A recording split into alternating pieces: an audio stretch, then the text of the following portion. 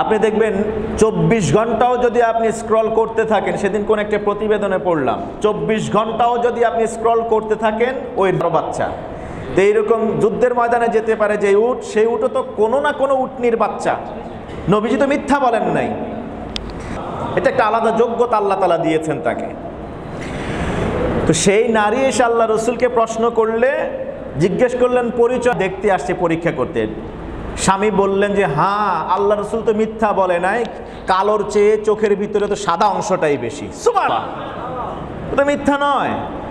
ইমানদারের কোনো কাজ অনর্থক হবে না। অনর্থক মজাক অথবা কৌতুক সম্পদের 1 বছর পূর্ণ হওয়া শর্ত না।